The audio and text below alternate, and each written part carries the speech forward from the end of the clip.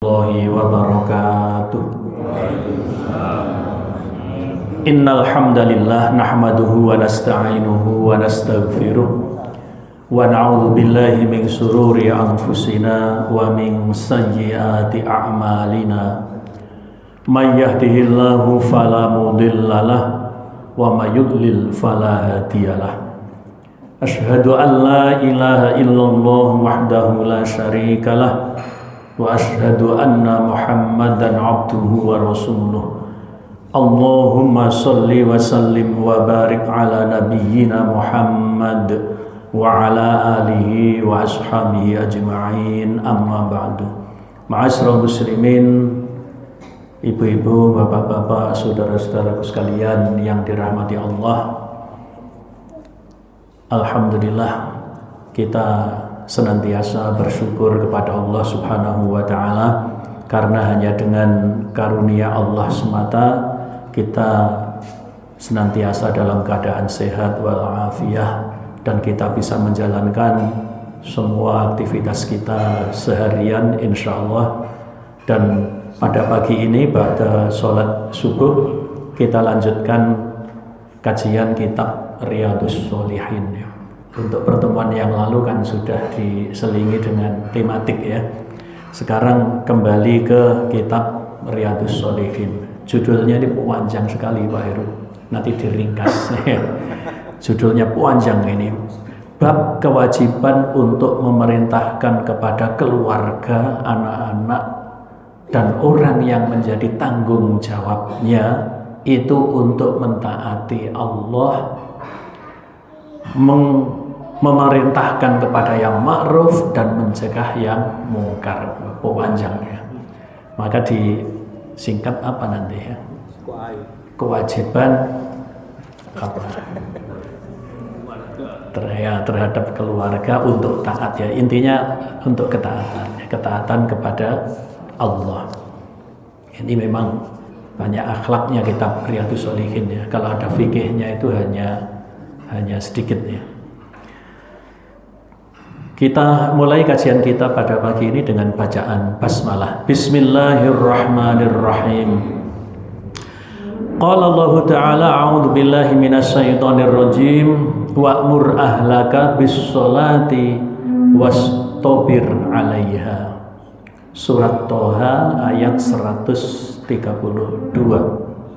Yang artinya, dan perintahkanlah kepada keluargamu, wa'mur ahlaka, perintahkanlah kepada keluargamu, bis-sholati, dengan sholat, wastabir 'alaiha, dan bersabarlah di dalam menjalankannya. Jamaah kaum muslimin, setelah saya cek beberapa kitab tafsir, 'alaihanya itu kembalinya itu kepada sholatnya.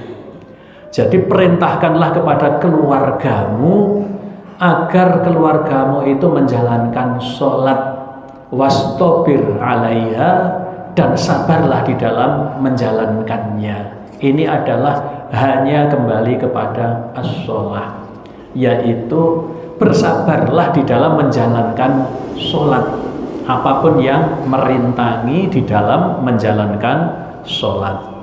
Kemudian ayat yang kedua, a'udzu billahi minasyaitonir rajim, ya ayyuhalladzina amanu qu anfusakum wa ahlikum naro wa quduhan nasu wal hijarah, ila akhirihil ayah. Ini surat At-Tahrim ayat 6. Ya ayyuhalladzina amanu, wahai orang-orang yang beriman. Jadi ini siapa saja, pokoknya orang yang beriman. Tidak dibatasi bapak, tidak dibatasi ibu, tidak dibatasi itu anak-anak. Qu anfusakum, jagalah diri kalian, jagalah diri kamu sekalian, wa ahlikum, dan keluarga kalian, naron, dari siksa api neraka. Wa quduhan nasu wal hijarah, yang bahan bakarnya itu terdiri dari manusia dan batu. Masya Allah ya.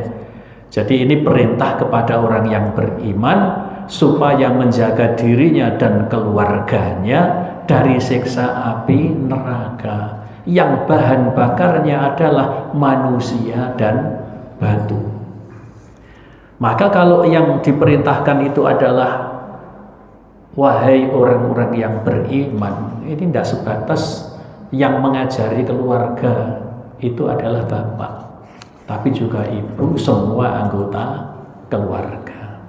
Mari kita kaji beberapa hadis yang berikut ini. Hadis yang pertama, An Abi Umar radhiyallahu anhu maqala Sami'tu Rasulullah sallallahu alaihi wasallam yaqul, dari Ibnu Umar radhiyallahu anhuma, mudah-mudahan Allah meridhoi keduanya. Kok huma ya, padahal ini Ibnu Umar. Maksudnya siapa? Ya Abdullah dan Umar bin Khattab. Mudah-mudahan Abdullah bin Umar dan Umar bin Khattab itu Allah meridhoi keduanya.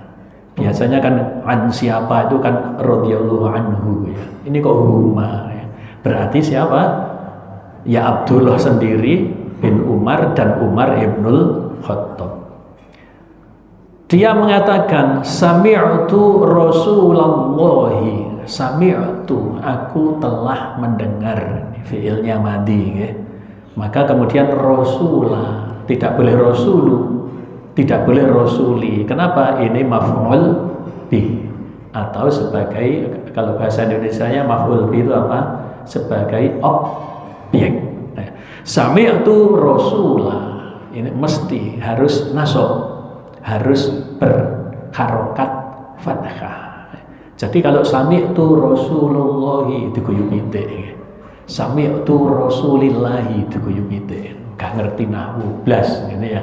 Sami'tu Rasulah, sami'tu Rasulullah sallallahu alaihi wasallam yaqul, aku telah mendengar Rasulullah sallallahu alaihi wasallam yaqul, fi'il mudhari, sedang bersabda, kullukum ra'in wa kullukum mas'ulun an ra'iyatihi.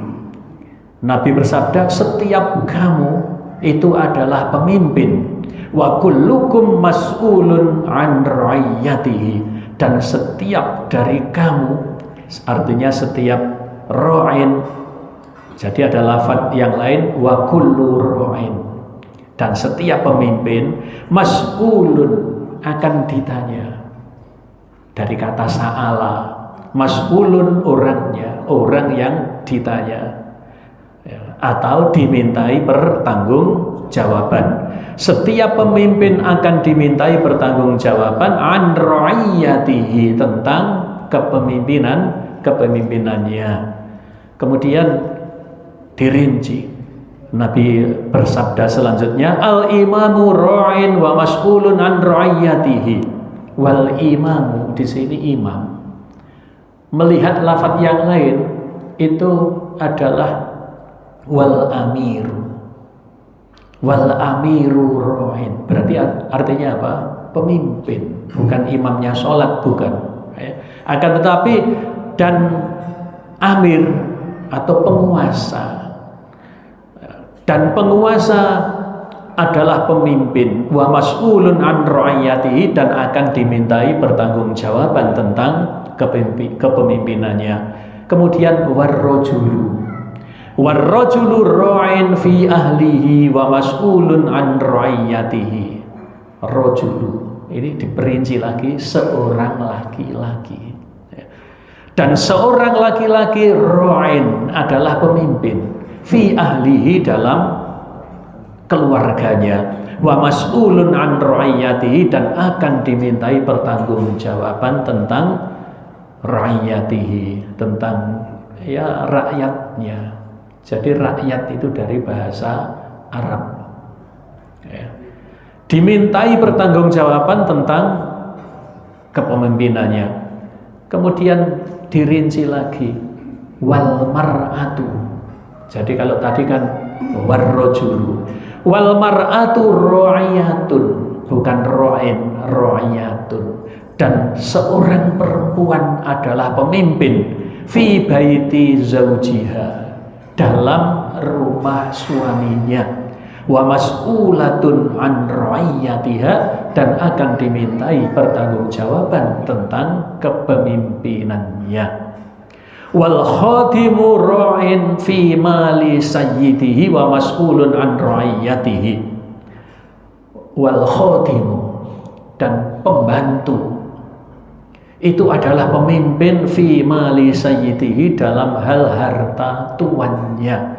Wa mas'ulun an ra'iyatihi, dan akan dimintai pertanggungjawaban tentang kepemimpinannya. Maka kemudian Nabi menegaskan wa kullukum ra'in wa mas'ulun an ra'iyatihi, dan setiap kamu adalah pemimpin dan akan dimintai pertanggungjawaban tentang kepemimpinannya. Muttafaqun alaih. Jamaah kaum muslimin, ini berarti setiap anggota keluarga itu punya tanggung jawab. Jadi bukan hanya bapak. Bapak punya tanggung jawab terhadap keluarga, ibu juga punya tanggung jawab terhadap keluarga, bahkan semua termasuk pembantu itu adalah pemimpin. Ya, kapasitasnya adalah masing-masing. Maka kalau dikaitkan dengan ayat yang telah kita baca tadi, yang mengajarkan sholat itu adalah semua. Jadi bapak harus mengajarkan sholat kepada anggota keluarganya. Nah, di sini tadi kan wa'mur ahlaka, perintahkanlah kepada ahli keluargamu bis sholat. Maka di sini kalau bapaknya itu misalnya yang lalai, berarti ibunya. Kan kadang-kadang keluarga itu macam-macam ya. Ada yang soleh itu suaminya, ada yang suaminya itu tidak begitu soleh, tapi istrinya yang solihah. Ada yang bapaknya blas, ibunya juga blas, anaknya tumbuh keimanannya, ketakwaannya, maka kemudian anaknya itu yang kemudian membiasakan keluarganya sholat. Ini pernah ada anak yang seperti itu konsultasi kepada saya, bagaimana supaya bapak saya, ibu saya itu sholat ini. Apa saya perintahkan, Pak? Memang perintahnya di sini wa'mur ahlaka, tapi hati-hati saya bilang gitu, kalau nanti kamu dikira guru macam-macam. Kamu diem saja, pokoknya kamu tunjukkan kamu adalah anak yang sholat. Maka kemudian ternyata setelah lama melihat anaknya sholat, ayahnya, ibunya itu kemudian ikut sholat tanpa digurui, tanpa diperintah. Ya memang termasuk anak pun, kalau panjenengan punya anak lima istilahnya endok sak petarangan, itu netese gak podo. Ono sing warnane putih, ono sing warnane ireng, ono sing warnane blorok. Ngerti blorok nang mboten nggih lek mriki nggih. Blorok niku macam-macam warna nggih. Kula kinten lek teng Surabaya mboten ngertos blorok nggih. Karo warna putih, ono sing ireng, ono putih ireng, ono sing coklat, ono sing campur-campur, namanya blorok nggih. Anak nomor 1 soleh, nomor 2 brutal, nomor 5 paling soleh, macam-macam. Kadang-kadang juga demikian antara suami dan istri. Coba kalau Nabi Lut sinten sing soleh? Nabi Lut soleh kan? Bagaimana istrinya? Istrinya tidak soleh, istrinya lesbi. Kemudian tipe Raja Fir'aun, berikut Raja Fir'aunnya yang kafir, istrinya yang solihah. Bedane Lut kebalikannya kali Fir'aun, ngaten nggih. Lek Nabi Ibrahim soleh, istrinya solihah. Jadi kalau ibu-ibu di antara 3 nanti Lut, Fir'aun, Ibrahim, tipe suami yang dipilih tipe yang mana ibu-ibu? Ibrahim kan? dengar bapak-bapak, ibu-ibu pilih tipe Nabi Ibrahim, nggih. Dengar bapak-bapak, ibu-ibu, tapi Nabi Ibrahim itu istrinya 2. Nabi Ibrahim istrinya 2, Sarah dan Hajar. Tapi kan karena ada sebab. Sarah itu karena mandul. Kemudian Sarah minta kepada Nabi Ibrahim supaya menikah lagi, supaya menikahi Hajar. Maka kemudian punya anak Ismail dan seterusnya. Jadi kalau panjenengan milih tipe 3 tadi itu ya Nabi Ibrahim. Sewenang bapak-bapak. Berarti oleh kan, ibu-ibu itu seneng tipe Nabi Ibrahim. Soleh, bojone loro. Sing cek muda-muda ya ada kesempatan ya. Sing tuwek-tuwek. Tapi itu tadi ya, itu ada sebabnya untuk poligami lah ngoten nggih. Kalau orang Indonesia itu yang jadi pahlawan perempuan itu siapa yang jadi contoh itu? Sinten? Raden Ajeng Kartini. Raden Ajeng Kartini istri keberapa? Nggih. Raden Ajeng Kartini itu kan tokoh wanita nggih. Dia bukan istri satu-satunya. Kalian ngerti nggih? Dia juga sebagai istri kedua atau ketiga begitu ya, dari Bupati Rembang. Tapi zaman itu biasa loh ya. Zaman itu biasa. Jadi kalau ada temannya itu meninggal, jadi namanya adat itu berubah ya. Yang namanya nilai-nilai, norma-norma masyarakat yang dijunjung itu ratusan tahun berubah. Pada zaman itu mengagungkan, memuliakan teman, menjaga keluarganya teman. Kalau temannya itu wafat, istrinya dinikahi. Itu namanya memuliakan teman. Artinya menjaga keluarganya teman, yaitu keluarganya saudara. Ya seperti siapa? Ummu Salamah. Nah, nanti banyak ada hadis dari Ummu Salamah ya. Ummu Salamah itu berarti kan ibunya Salamah, istrinya Abu Salamah. Abu Salamah itu ketika ikut perang Uhud, beliau terbunuh. Maka Ummu Salamah, jandanya Abu Salamah, itu dinikahi oleh Rasulullah. Jadi memang waktu itu budaya yang norma yang tinggi adalah seperti itu. Lek sekarang panjenengan temannya wafat kemudian bentar lagi istrinya dinikahi, geger loh betul. Sak kampung geger. Padahal itu adalah kebaikan. Kalau zaman itu, lah sekarang kan tidak seperti itu adatnya kan ngoten ya. Apalagi juga prosesnya. Wong suaminya baru dikubur kok mesti didekati. Boleh no betul? Ya tidak boleh lah ya. Tidak boleh ya. Lah apalagi kalau lah wong suaminya baru meninggal, lah kau rangkulan cipika-cipiki sama teman lakinya. Oh, bojone mati seneng banget ya gitu ya. Padahal kalau wanita berapa bulan? Apa itu namanya? Masa dukanya. Kalau pinter 4 bulan 10 hari. Itu masa iddahnya apabila suaminya meninggal. Tapi kalau cerai, masa iddahnya adalah 3 bulan. Salasata qurun, 3 kurun waktu, yaitu 3 bulan. Tapi kalau suami meninggal 4 bulan 10 hari. Ada kan suaminya baru meninggal wis rangkulan cipika-cipiki sampai orang laki-laki kan. Wah itu Masya Allah kan gitu ya. Kita lanjutkan tadi itu yang kullukum ra'in.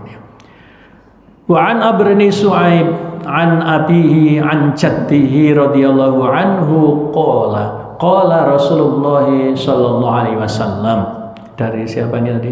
Amr bin Su'aib, dari bapaknya, an jaddihi, dari kakeknya, radhiyallahu anhu qala. Jadi dari Amr bin Su'aib, dia mengatakan bahwa Rasulullah sallallahu alaihi wasallam bersabda, muru auladakum bis sholati wa hum abna'u sab'i sinin wadribuhum 'alaiha wa hum abna'u 'ashrin wa farriqu bainahum fil madaji'. Haditsun hasanun rawahu Abu Dawud bi isnadin hasanin. Yang artinya bahwa Rasulullah bersabda, muru auladakum bis sholati, perintahkanlah kepada anak-anak kalian itu sholat. Kapan?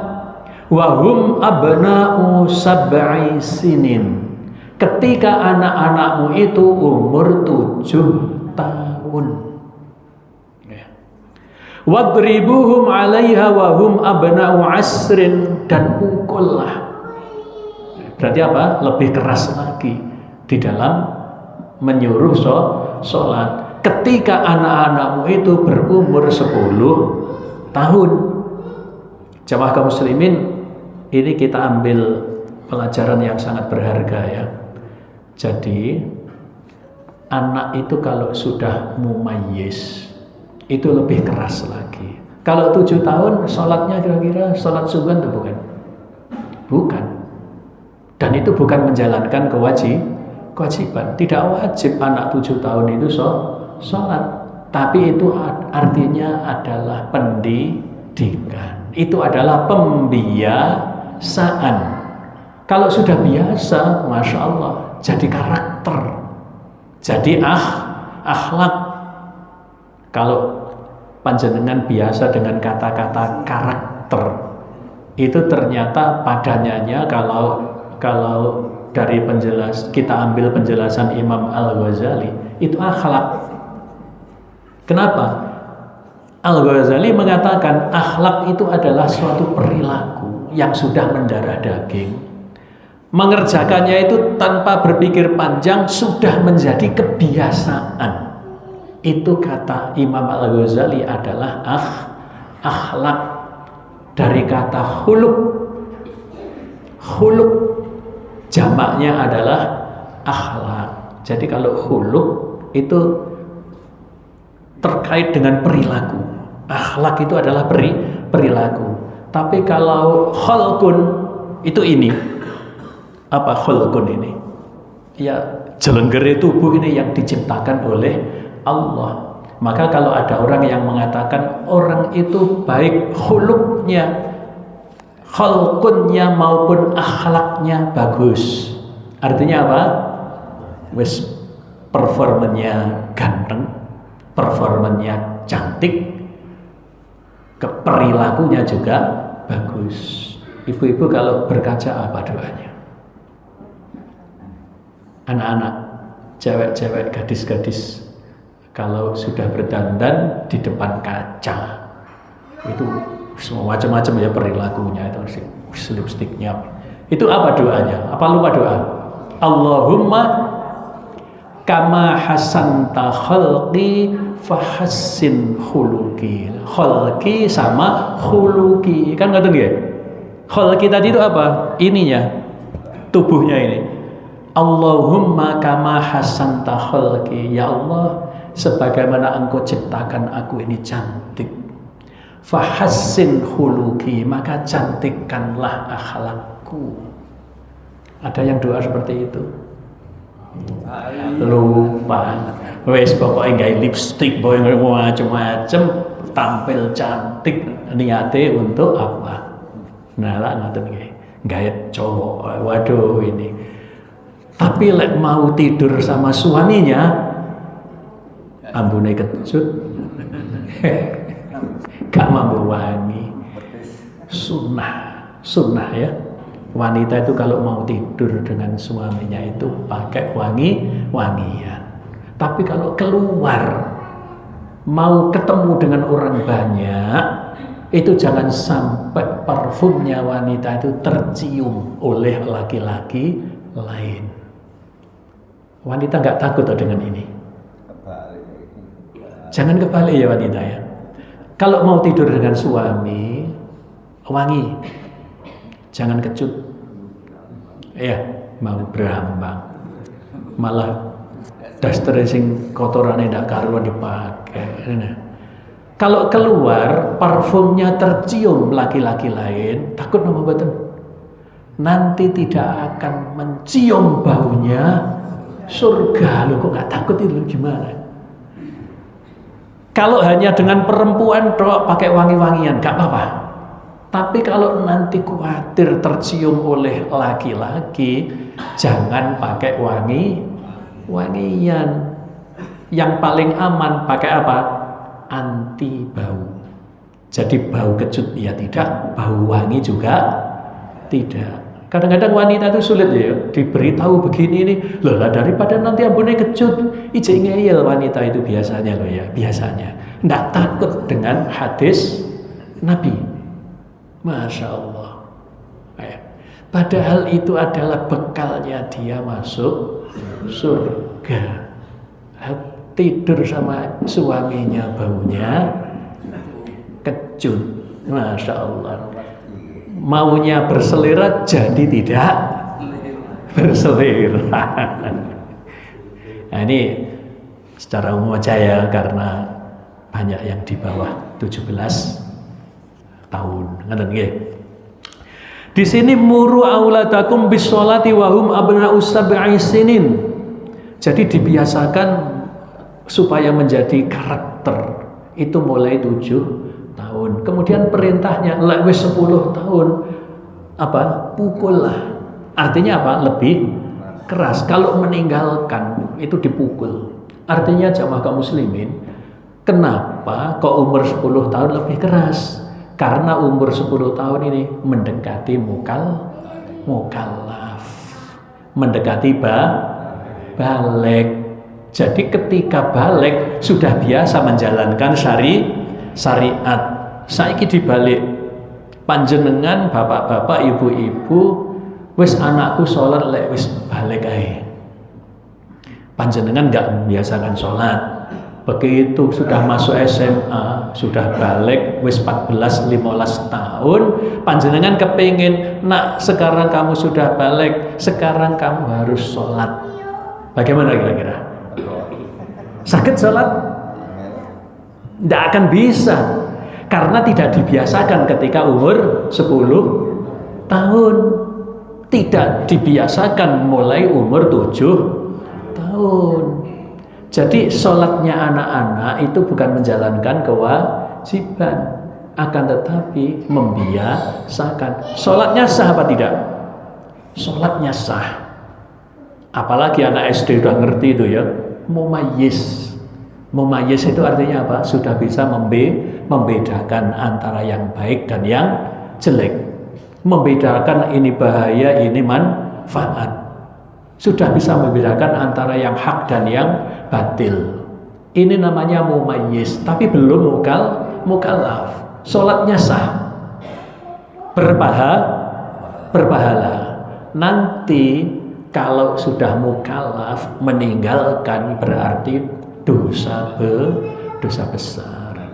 Rada abot Bapak Ibu nggih hadis ini nggih napa? Abot nggih. Merintahne keluargane salat. Apa maneh anake akeh. Sak petarangan iku gak padha. Lah lek iku padha taat kabeh gampang. Lah lek ternyata panjenengan kados Nabi Nuh pripun? Ternyata anaknya seperti Kan'an. Pilih kafir. Lah ngoten nggih. Lah akan tetapi jemaah kaum muslimin panjenengan boleh takut. Akan tetapi juga lek panjenengan sudah melakukan kewajibannya, panjenengan juga sudah bebas. Aku harus ngajar dengan baik. Aku tidak kurang sampai seperti orang bertengkar. Ya. Artinya aku sudah sungguh-sungguh. Tapi kalau ternyata anakku koyok Kan'an, panjenengan sudah bebas. Tapi lek panjenengan ngembiar sakarmu panjenengan mas'ulun an ra'iyati, nanti panjenengan akan dimintai pertanggungjawaban. Ketika dimintai pertanggungjawaban, ya Allah, aku sudah usaha, anakku mulai 7 tahun wis tak didik sholat, umur 10 tahun aku lebih keras lagi di dalam membimbing sholat, begitu sudah kuliah lupa sholat. Dan orang tua tetap mengingatkan, lek jeksa keluarga masih wis nikah ijek dieling. Kadang-kadang orang tua itu kan sungkan lek wis nikah ya, sungkan mbek bojone. Lek jeksa omah kene kudu manut ambek wong tua. Orang tua sholat, kamu juga harus sholat. Ini prinsipnya banget jamaah kaum muslimin ya. Umur 7 tahun dibiasakan, umur 10 tahun lebih keras lagi. Di sini perintahnya apa tadi itu? Wadribuhum 'alaiha wa hum abna'u 'ashrin. Pukullah untuk menyuruh sholat itu, pukullah.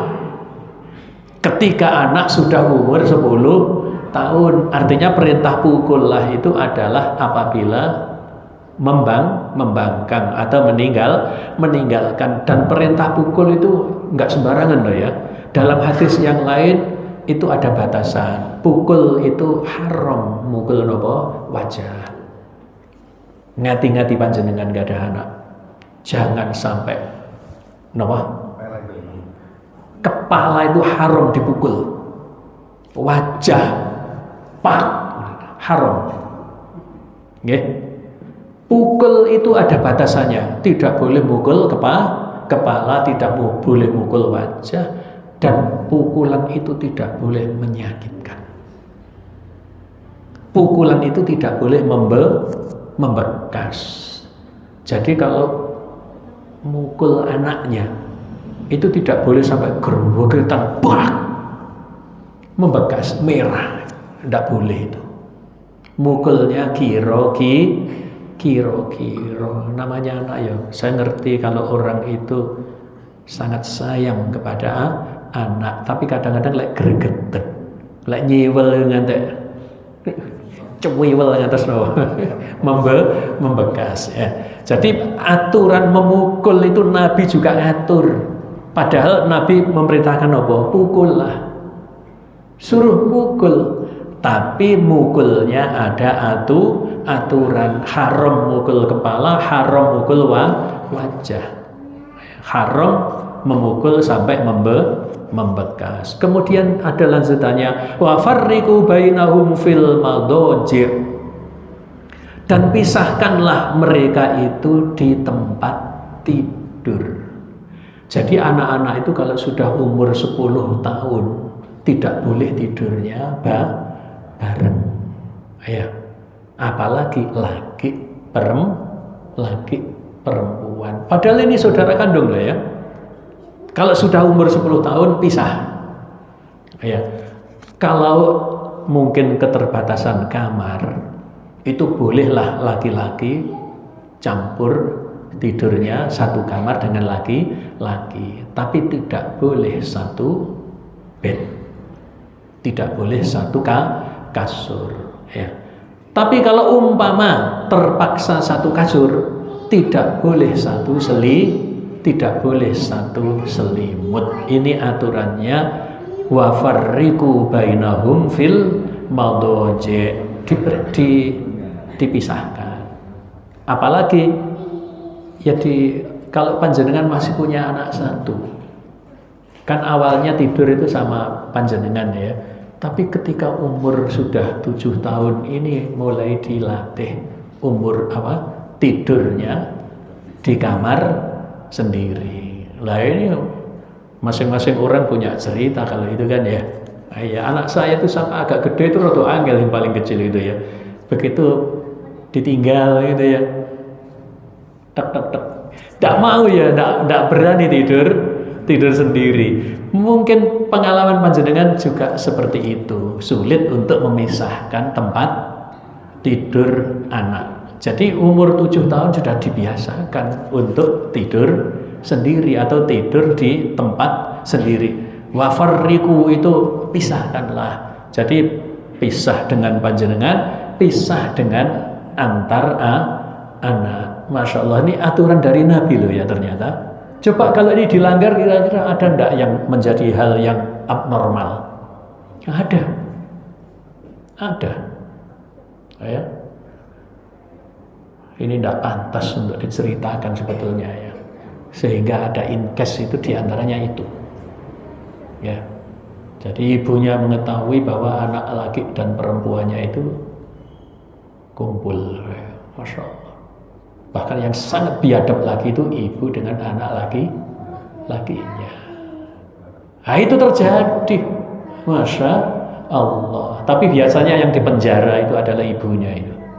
Kenapa? Mesti yang mengawali ibunya. Kalau anak laki-laki dengan ibunya. Itu setelah kasus yang dipenjara adalah ibunya. Karena polisi kan menyidik, kemudian menyelidiki, ditemukan seperti itu kan gitu ya. Masya Allah jamaah kaum muslimin, hadis ini mengajarkan kepada kita hal yang sangat tinggi nilainya. Akhlak itu mulai umur 7 tahun. Ini kalau di dalam syarah Riyadhus Shalihin, hadis ini diterangkan bahwa umur 7 tahun itu memulai menjalankan ibadah, amaliyah ibadah. Tapi yang pertama dimasukkan kepada anak itu adalah akidah. Jadi yang pertama kali nomor 1 adalah akidah. Nah kemudian baru ini ibadah dan akhlak. Akidah pertama, mulai bisa ngomong, disuruh bilang Allah, Bismillah, itu akidah itu. Lo tidak boleh gitu, nanti Allah marah. Allah itu siapa sih mah? Allah itu adalah yang maha kuasa, yang menciptakan kita, yang menyebabkan ibu ini ada, yang menyebabkan kamu ada, yang menciptakan. Ini akidah itu mulai kecil, bahkan mulai dalam kandungan, mulai prenatal. Itu akidah. Ya, dibacakan Al-Quran mulai di dalam kandungan, kan gitu ya. Itu sebelum lahir, gitu ya. Lah nanti masa-masanya ada macam-macam kan ya. Ada remaja awal kan gitu ya, ketika menjadi, ini dalam ilmu psikologi. Insya Allah kalau guru-guru tahu semuanya ya, kapan tahapan anak ini begini, kapan tahapan anak ini begini, kapan disebut remaja awal, kapan disebut remaja akhir. Masing-masing tahapan itu ada metode di dalam pengajaran dan pendidikan.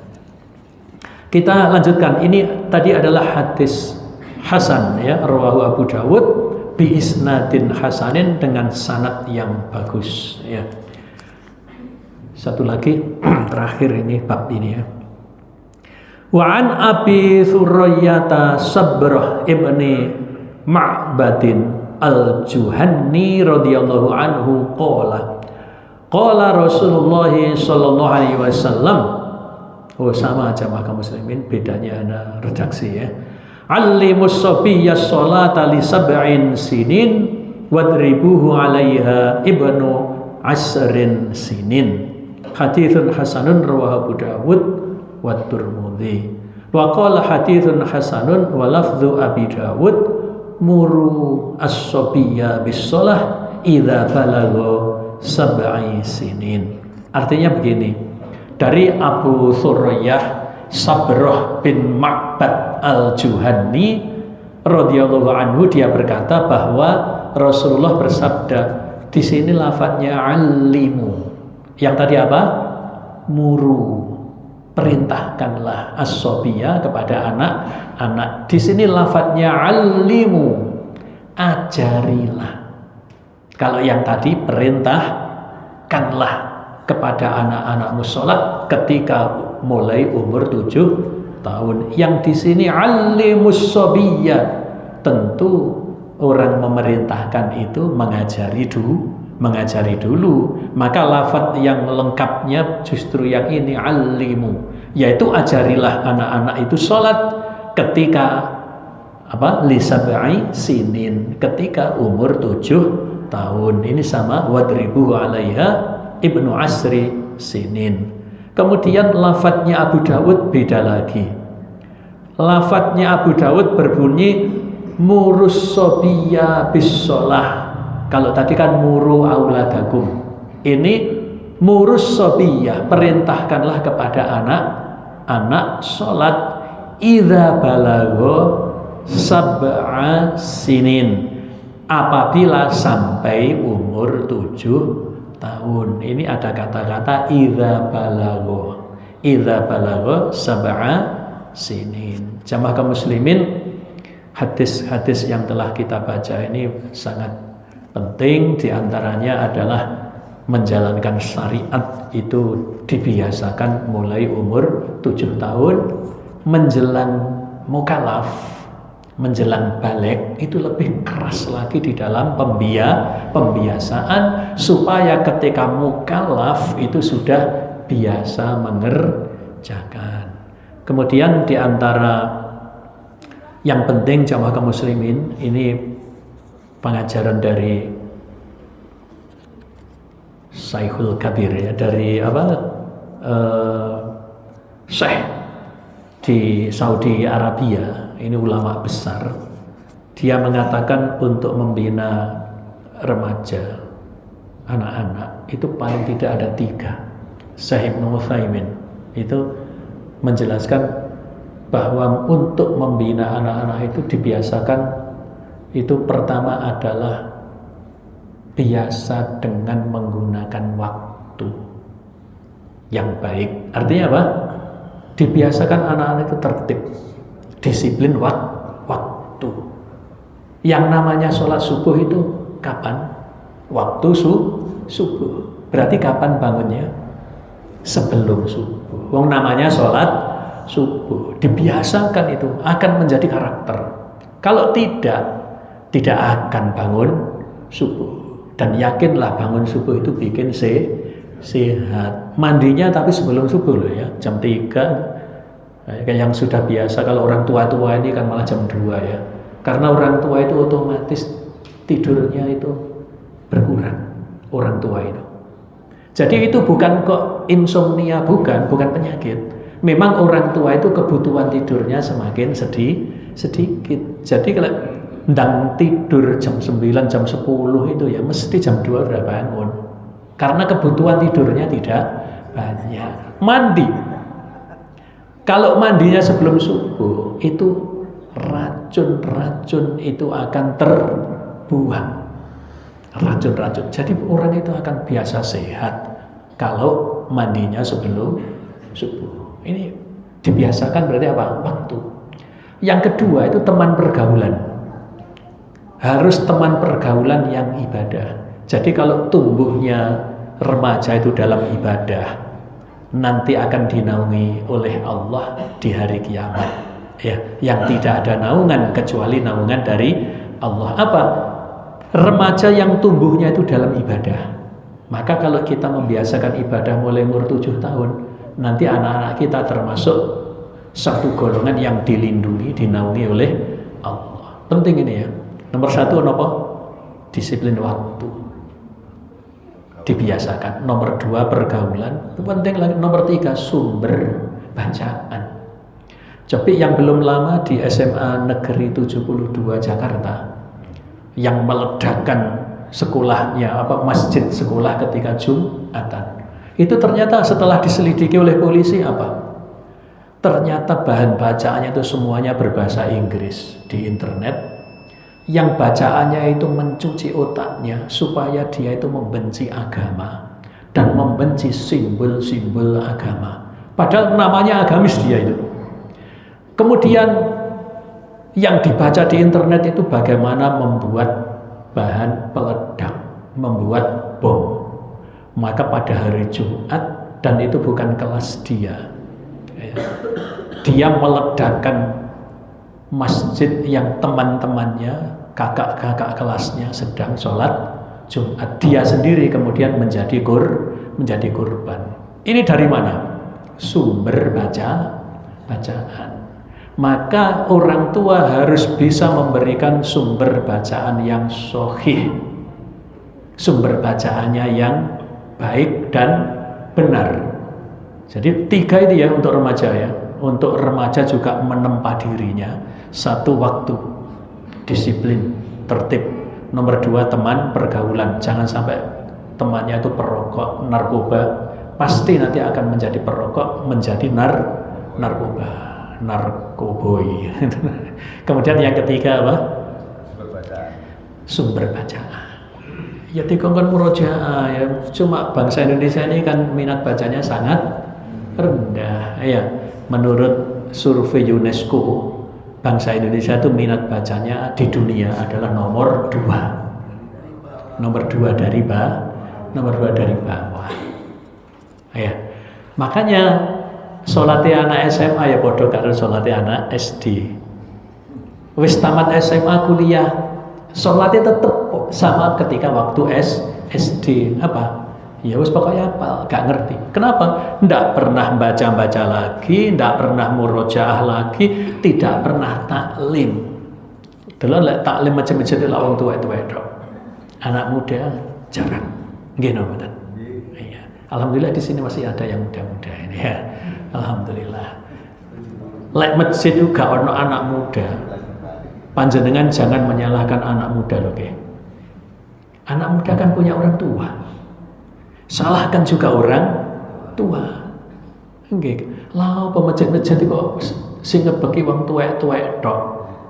Arek muda yo ancen gak kenah nakal-nakal arek muda saiki. Jangan menyalahkan anak muda. Anak muda itu punya orang tua. Muhasabah. Anakku yang masjid kok gak yang ngene iki. Kan gitu ya. Anak saya sholat apa tidak ngene iki lek gak nyang masjid. Tapi lek panjenengan yakin, oh anakku nang masjid kono. Alhamdulillah. Oh anakku malah ngimami ning kono. Anakku sedang ngisi pengajian. Kita tutup dengan bacaan hamdalah dan kafaratul majlis. Alhamdulillahirabbil alamin. Subhanakallahumma bihamdika asyhadu an la ilaha illa anta astaghfiruka wa atubu ilaik. Wassalamualaikum warahmatullahi wabarakatuh.